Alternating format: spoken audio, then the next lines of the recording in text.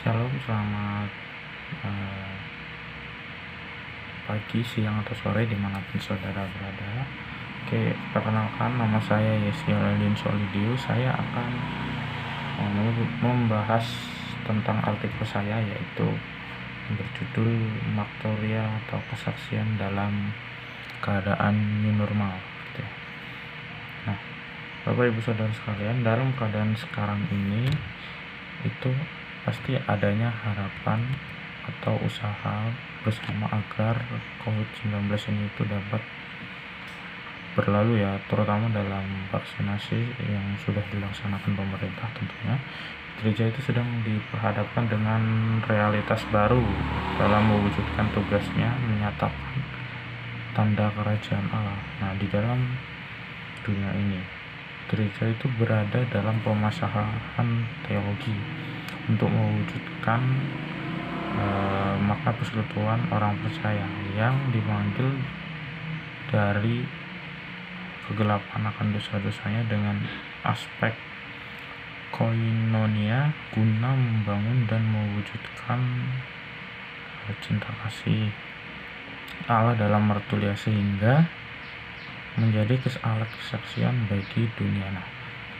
tetapi akibat pandemi COVID-19 ini gereja itu terhambat dalam hal semua aspek sosial, ditandai dengan adanya social distance, larangan berkumpul, larangan lainnya yang bersifat persentuhan fisik, dan akhirnya ada ibadah itu berlangsung di rumah saja atau daring dalam jaringan.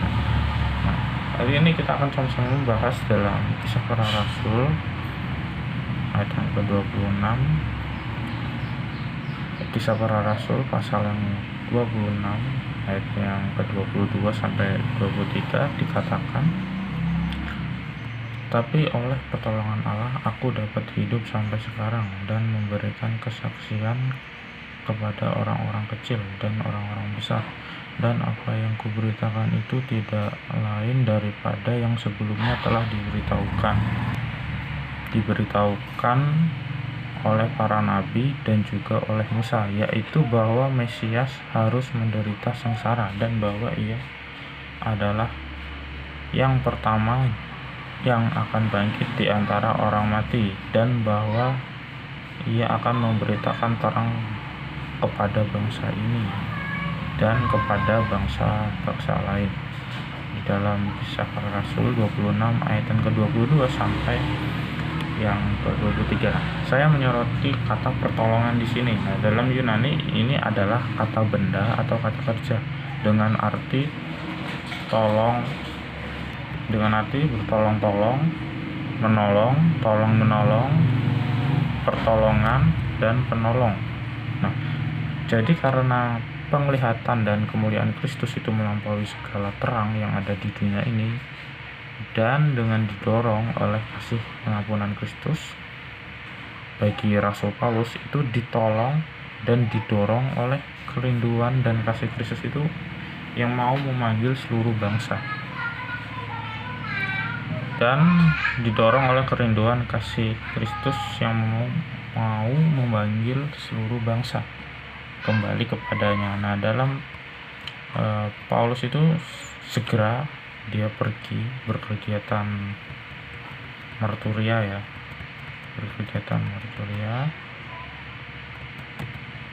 Nah, tetapi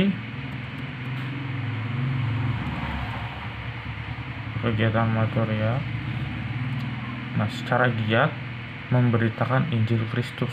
Ia juga memuridkan dan melatih orang lain seperti contohnya Timotius muridnya. Nah, tetapi yang ditemui olehnya itu adalah penolakan, ancaman, bahkan usaha pembunuhan. Yang mengherankan Paulus adalah bahwa orang-orang Yahudi lah sama Yahudi, dia itu tidak ditolak dengan keras oleh bangsa lain sekeras ia ditolak oleh orang Yahudi sendiri. Nah, orang Yahudi itu yang mengejar dan ingin membunuh Paulus itu dengan mencari dia ke kota demi kota. Bagi orang-orang Yahudi, Paulus itu adalah seperti penyakit sampar yang harus dilenyapkan. Nah, sejak awal Paulus itu telah ditolak oleh orang-orang yang justru itu mendapatkan hak istimewa dari Tuhan, yaitu seumatnya, yaitu seumat Paulus, yaitu orang-orang Yahudi. Sekarang ini istilah marturia ini sekarang lebih sering digantikan dengan kata evangelisme atau evangelis, yang berarti itu bahwa pengabaran Injil Kristen atau praktik penyampaian informasi mengenai doktrin kepercayaan Kristus kepada orang lain. Nah, marturia itu berasal dari bahasa Yunani, yaitu martyria. Adalah salah satu istilah yang dipakai gereja dalam melakukan aktivitas imannya sebagai tugas panggilan gereja. Nah, yaitu dalam hal kesaksian iman.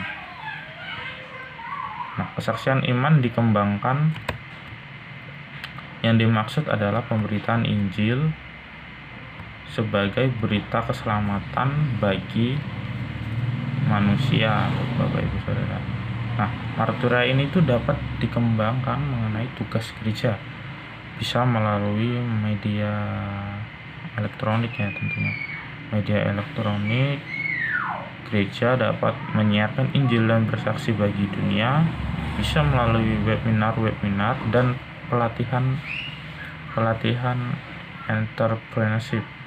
Diyakini dan dapat itu menambah ketahanan kita dalam menyikapi akibat pandemi virus COVID-19. Nah, sekian dulu penyampaian marturia artikel saya, kiranya dapat memberkati Bapak Ibu Saudara semua, dan saya ucapkan terima kasih.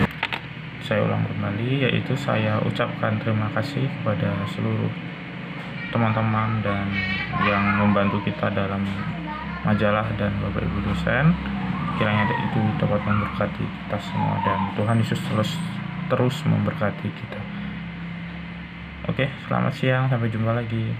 Terima kasih.